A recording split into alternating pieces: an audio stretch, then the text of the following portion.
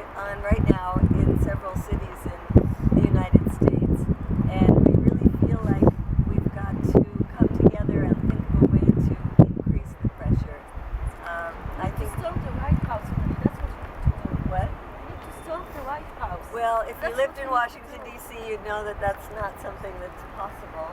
It is possible. Just get those big trucks, lots of people in, and then storm it. Sorry, you can't get near it. Possible. If other countries can do it, we can do it even better. Right? Well, I think you should come to the U.S. and see Oh, what no, the I will situation never is. leave there. You can't get near there's a huge fence outside, and you can't get near the White House. We get arrested for standing on the fence of the White House, much less trying to get further in. And we do get arrested all the time protesting outside the White House. So I think that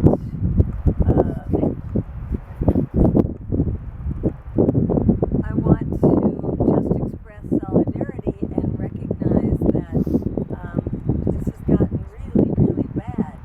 And what we've been doing, and I understand your sentiment, what we've been doing is certainly not enough.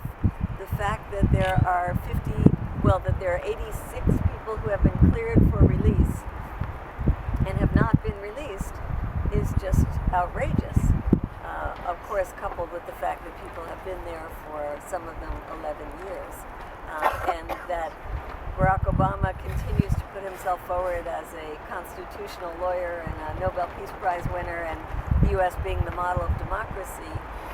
It's so sad that so many people around the world continue to think that. And yet we are such a tremendous violator. So it wasn't so much for the taping. I wanted to actually have a brainstorm with you and think of things that we can do. We've talked about people going on a hunger strike in the U.S., but we wondered, would it even get publicity, because we've done that before and it hasn't really taken off. For those of you who don't know the situation in the U.S., we protest outside the White House all the time, and that doesn't get publicity even. So we're thinking of maybe doing something in a different location, the Justice Department, but it's not really the Justice Department that makes this decision. It's President Obama, it's the Defense Department. I was just with Julian Assange and talking to him about this. What could we do? And we talked about launching maybe some global call that people do a fast for as many days as they can do it, and we do something in a global way, in a very visible way. So I really wanted to get ideas about how we can make ourselves more effective in our protests. I think, like you, it's hard to get large numbers of people out, even though this is so outrageous. When we have demonstrations, we're lucky if we can get 100 people. So we've got to do something that is not based on numbers, but something more profound. So I would like to get your ideas. What do people think about Anybody got anything to say? Got a brainstorm now? If anybody's willing to take part. Right, we just got to keep writing Keep writing. to the MPs, and really make their lives, every time they open a letter, saying do something. That's one thing I think.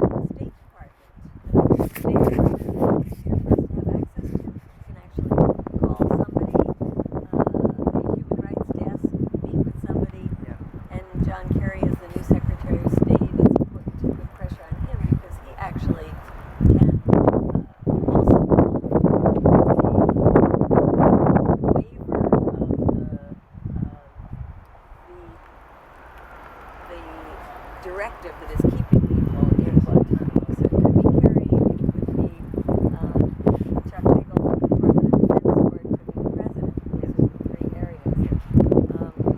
So yes, people are very disturbed, and I think the hunger strike has really shined a spotlight on this. But it feels like there has to be something.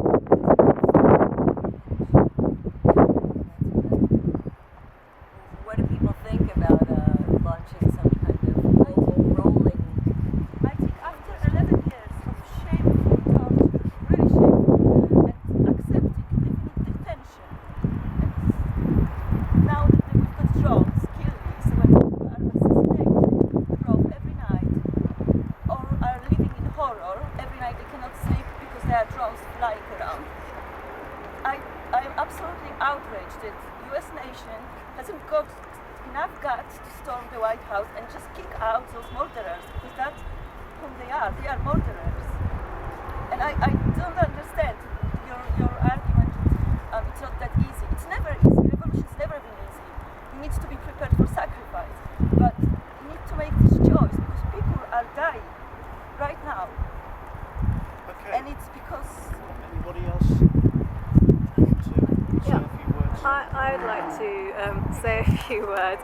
I agree with you completely. I do feel that at least since 2008, since Obama has become president, the issue has very much been from the grassroots. It's the grassroots independent journalists in the United States who have been absolutely fantastic, with the exception of Carol Rosenberg from the Miami Herald, who's just amazing, who have been taking up the issue and actually giving us the news. Until about 2 weeks ago, the rest of the world knew nothing, apart from Russia Today and those independent journalists, about what's been going on in Guantánamo Bay for the last few months. And even when on the weekend, on Saturday, when the military command decided to put out this press release about the violence that suddenly erupted over the weekend, I mean, I think we have to question, why did they choose that time to actually put that press release out and make us aware of what's going on? Suddenly it then erupted in the press.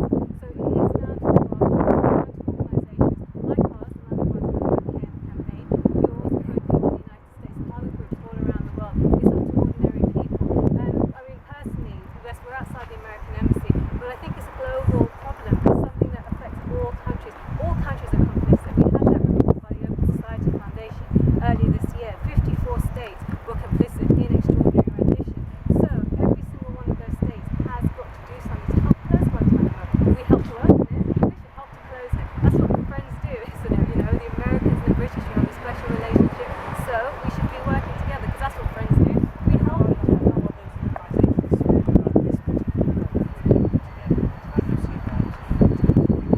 Well, we do what we can. I mean, we do know about each other's organisations. We do one of the things that we did on 6th of April, the third month, we held a day of action against London. But we also held an international treaty Twitter storm in the evening, in the daytime over here, but it was early in the morning in the United States. So basically people from all around the world could take part in it. Unfortunately, people in California decided to join in because it was so early in the morning for them when we'd actually finished. But we did try to do something international. And then on the 11th of January this year, we did actually coordinate our efforts from various parts of the world to see what we're doing. And hopefully on the 1st of June, Omar Khadr has been released, but he's still in jail in Canada.